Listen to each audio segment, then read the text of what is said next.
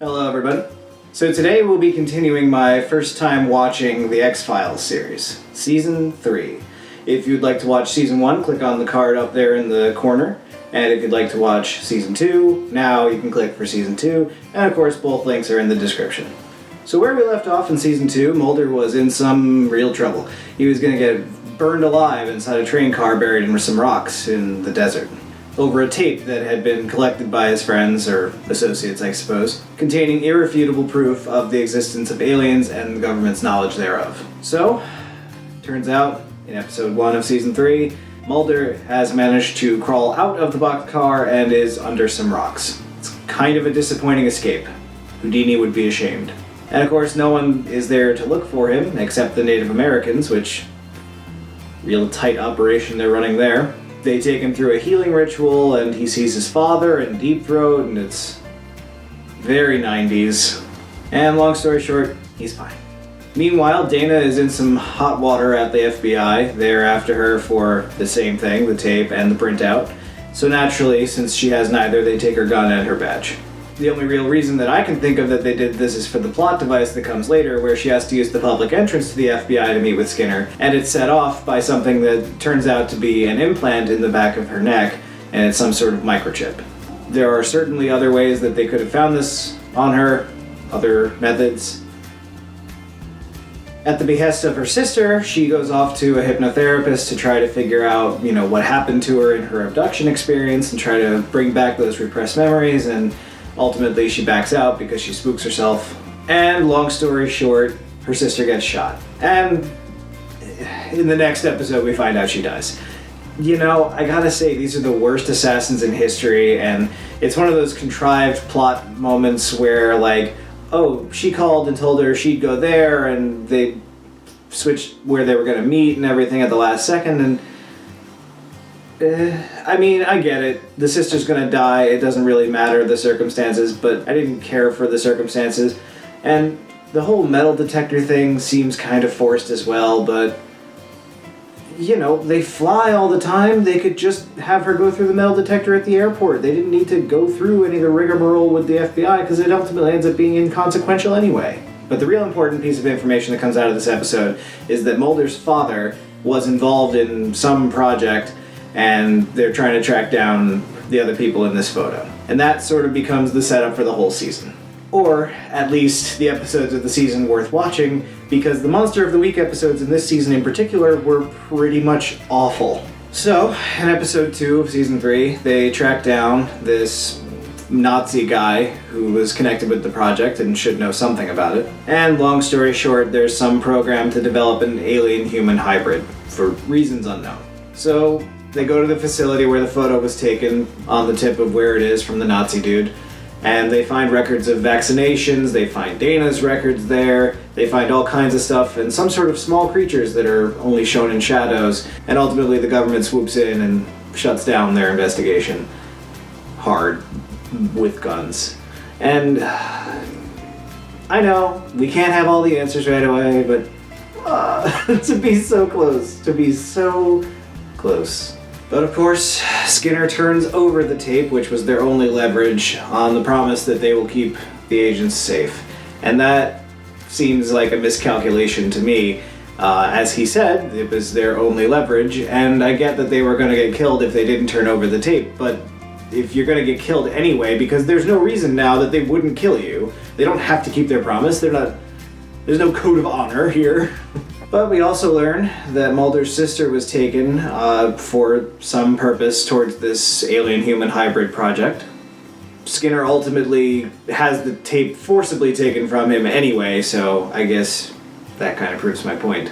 And we reveal that the mother knows something, Mulder's mother knows something about the sister's disappearance, because apparently she's aware that it was her husband's choice to take the sister for this project. And of course the episode ends with Skinner threatening the smoking guy that there are 20 Navajos who have the tape memorized and know everything that's going on, and they'll go public. And I'm like, well, shouldn't that... Wouldn't they just kill off those people? I don't know if you know this, but our government has kind of a history with the Native Americans. I mean, why would he give them the list of people that know what's on the tape and where they live? Okay, code of honor. And, of course, Dana's sister dies. And this will become a major plot point for her. It's going to be critical for her development later on. I gotta say, we barely had any time with her. She was in like 2 episodes, and... So now, we're back to the episodes with Monster of the Week themes. The first one's about a guy who has some sort of lightning abilities, which was kind of cool. Jack Black is in it. The interesting thing is that this Monster of the Week lives. They just put him in a psychiatric ward. I wonder if we're going to hear from him again. Or the other guy, Toons, who was, building that nest or whatever. So, episode 4. So now we've got this psychic dude who can see the way people are going to die. And it sort of becomes like Battle of the Psychics at one point. I started to begin to wonder if Scully was herself developing psychic abilities because she sees some stuff that she shouldn't be seeing, and I don't know. I mean, this isn't the first time she's had visions like that. They even mentioned that in the episode. I wonder... This one gave me sort of a Batman and the Joker kind of vibe. It was sort of that interplay between like who's crazy or who's the better detective and all that. I kind of liked it. It felt like there were some equals at play here. It was not a bad episode. Then we come to episode 5, which is another of these episodes that starts with a slide projector, and I'm like, oh no, no, please, no. Prisoners, inmates, reincarnation. This episode did make me continue to wonder if Dana was developing psychic abilities because, again, she sees things and is aware of things that aren't physically there, so I wonder if there's something that happened after her sister died where she now has some sort of sensitivity or something. I don't know. Overall, not terribly written episode, not my favorite. Doesn't really stand out. It was okay. I also wrote down in my notes in all caps, why is Dana not telling Mulder everything about her contact with the other guard? Why is that? That just is so out of character for her. She's normally so open and so like, Mulder, you need to know all the facts of the case. It makes no sense, even in the episode, why she would keep that from him. And there are episodes where she keeps things from him because she suspects him and things like that, especially later in this season. But I don't understand why she did that in this episode. It makes no sense to me. So, episode 6. This is the one where the bodies get liquefied in some biological acidic type of decomposition or something. And in that way, it's one of the grosser episodes of the season. And again, this is another of these monsters of the week that's allowed to live. There's just a person out there that lives on other people's body fat and emotionally manipulates them and stalks them on the internet. And again, it was like really the first time, at least I know of at this time period, where people were taking seriously the idea of online stalkers and things like that. And there were some weird things like an online bulletin. What does that mean? There's no like central announcement system on the internet, at least none that I was aware of. Is that a thing? I don't remember that at all. I don't remember like signing on to the internet with my dial-up connection run on an extension cord from the kitchen. And first thing coming up, the FBI is looking for people. Like, how are you touching my computer? There's no like warnings at fbi.gov, sends an email to everybody. That's just not a thing. So I don't understand the mechanism for that. So then we come to episode 7. Where we've got out-of-body experiences and a quadruple amputee. Interestingly, the special effects in this episode are top-notch. I legitimately had to Google whether or not the actor who played this character was an amputee because it was so well done. It legit looks realistic. It was fantastic special effects. All in all, fairly well-written episode. Not too bad. So then we come to episode 8. Where again, we're faced with some sort of psychic connection type thing. There's this person that's been abducted and kept in a basement and had to go through a lot of intensive therapy to cope with their life and everything. And this same kidnapper has kidnapped another person and they're receiving visions and seeing things from their perspective and sharing experiences like, choking on water when they're drowning and getting a nosebleed when their nose bleeds and things like that, and bleeding their blood type, which was interesting. Yeah, this episode was a little hard for me as a victim of abuse myself, but otherwise, a fine episode. It was a little light on X-File goodness, and I wish that we could have seen more of whether or not Dana's getting some sort of psychic abilities or something like that, but It's a good episode. It's alright. Maybe you can handle it. Alright, back to Aliens, episode 9. Mulder gets a tape of an alien autopsy, and it looks legit.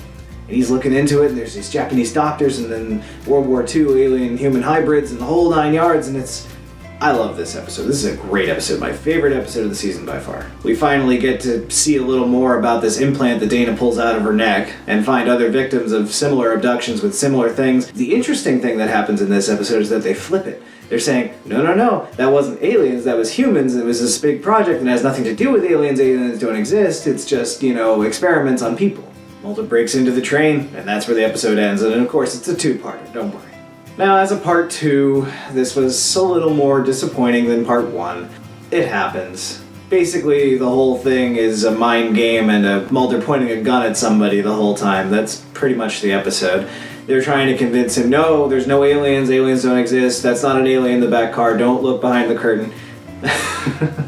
That's just a human that's severely deformed and has been experimented with and all this, and I mean, come on, Mulder knows it's crap.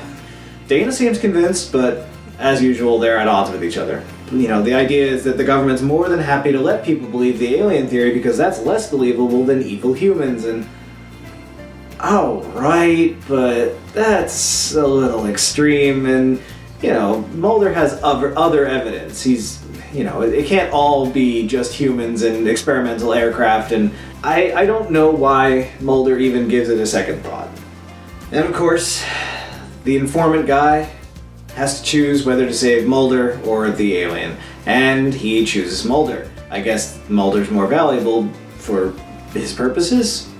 But it seems like no one knew he was even there, so I'm not really sure how this all works. Now we come to episode 11 with Stigmata. And this kid performs a lot of miracles by location, and there's guardian angels and demons, and it's not a great episode. Brutal ending, though, where the guy ends up in the metal paper shredder thing. And then we come to episode 12. War of the Coprophages. This episode is about cockroaches. So then we come to episode 13.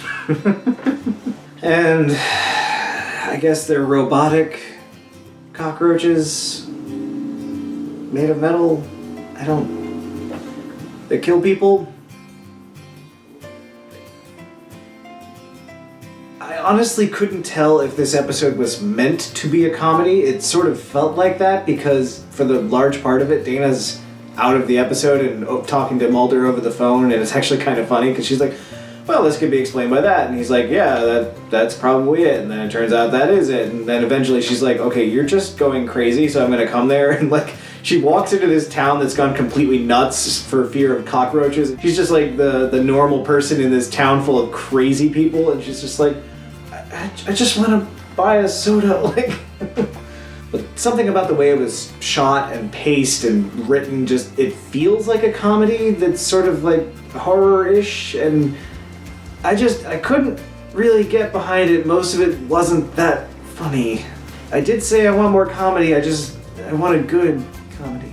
Episode 13, cosmic convergence of some kind makes this person and her friend who have the same birthday demons or something, and it stops at midnight, and just next. Episode 14, another one that starts with a slide projector. This one bothers me for one reason. It's not really an X-File. There's nothing supernatural about a person going insane and becoming the murderer that they were tracking for several years. That's not really an X-File. That's just a guy going crazy and killing people with a box cutter or clay or... it was kind of weird. Of course, the character in the episode has the apartment that keeps on giving. Peel back another layer, there's a whole warehouse back there. It's kind of stupid. But it was a decent psychological thriller. We got Mulder being like, is he gonna be crazy? Is he the murderer? Of course not. Come on. Episode 15 is a good one. We get undersea divers. It's sort of the episode I was hoping for the last season with that episode with the heavy salt or whatever. It's got radiation burns, maybe an alien oily substances, people being taken over, blinding lights and radiation, and they're thinking, oh, atomic weapons. It's a cool concept. But then Mulder goes overseas to track somebody down in Hong Kong. And I'm going, this is the United States Federal Bureau of Investigation. You don't have jurisdiction in Hong Kong. I get it's bigger than any country, but you can't really do anything, Mulder. The other important thing that happens in this episode is that Skinner gets shot in a slightly better assassination attempt than they performed on Dana. This is another two-part episode, so episode 16 is the continuation, and we meet up with some old friends of Dana's that used to work on a military base, or there's some connection there. It's not important. But the important thing that they figure out is that there is a leaker among that smoke-filled room of gentlemen. They're trying to figure out who it is. But, of course, Krychek, the guy who Mulder was chasing, ends up trapped underground with the UFO and presumably is stuck there, so I guess he's going to die. But this character doesn't seem to die and keeps coming back, so we'll see what happens. So then we come to episode 17 called Pusher. And we have another slide projector, but thankfully it's not Mulder's, so this one gets a pass. I gotta say, for the Monster of the Week episodes, I really did like this one. Long story short, there's this guy who can make people do things. He can just talk them into it through some ability or something. So he's not really responsible for any of the crimes they commit or the deaths that he causes. Gave me serious Jessica Jones vibes. Apparently this is driven by some medical development in his life, some sort of cancer or something. But yeah, he's been refusing treatment, he ultimately ends up in a coma, and it's more likely he'll die than wake up out of the coma, so I don't think we'll see this guy again. Cool concept, though. And the other thing that I thought about this episode is that it really kind of brings this idea that Scully is afraid of Mulder betraying her back into the forefront. It's sort of a theme throughout the season. And then we come to episode 18, and the only reason I want to talk about this episode at all is because it is the worst episode of the show so far. It's another of those, I can't tell if you were trying to write a comedy or not, but you played it serious. And it just isn't good as either a comedy or a thriller. It's just bad. It's just so bad. You have an attack of the killer toilets and people getting high from some mysterious ritualistic thing and killer cats and... Is it Catwoman up in here? What is happening? This episode was so bad, I don't even want to think about it anymore. Rats and cats and God, just take it away, I don't want to see it again. Fortunately, that horrible episode is followed up with episode 19, which is actually a compelling story. But, again, I would argue, not an X-File. Basically, people are selling body parts and, profiting off the money, and there's randomized selection, which of course isn't random at the end of the episode, it's revealed. And, whoever loses what body part, is determined by some lottery. And of course it's another father's, trying to save his daughter episode, and there's corruption and... come on. Hits a lot of the tropes of a good thriller cop episode, but again, to me, not an X-File. The only thing that barely qualifies is there's some sort of ghostly figures that appear throughout the episode, but that's just not enough for me. And then again, we're met with another terrible episode. Episode 20. Again, I don't know if they're trying to be funny this season and just failing miserably at communicating that, or if they're just really bad writers on staff at this point. The most compelling thing about this particular episode is the idea that everyone's story is different and truth is a matter of perspective. It's not really carried through any other future episodes or anything.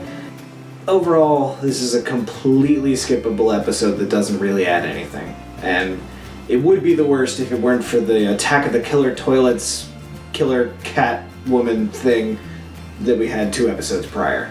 I gotta say though, between those 2 episodes and a few other bits from previous episodes and this season in particular, I seriously considered stopping watching the show if it wasn't an Alien episode. Like, on Wikipedia, they're marked. You know, which episodes are part of the overarching plot, which I've come to understand was the main point of the show, and all the Monster of the Week episodes are just filler, which we expect, but it just, oh man, they were so bad. It's not like a bad episode of Twilight Zone where there's still the mote of a good idea in there. This, it's like, oh man, they spent money on this. Why?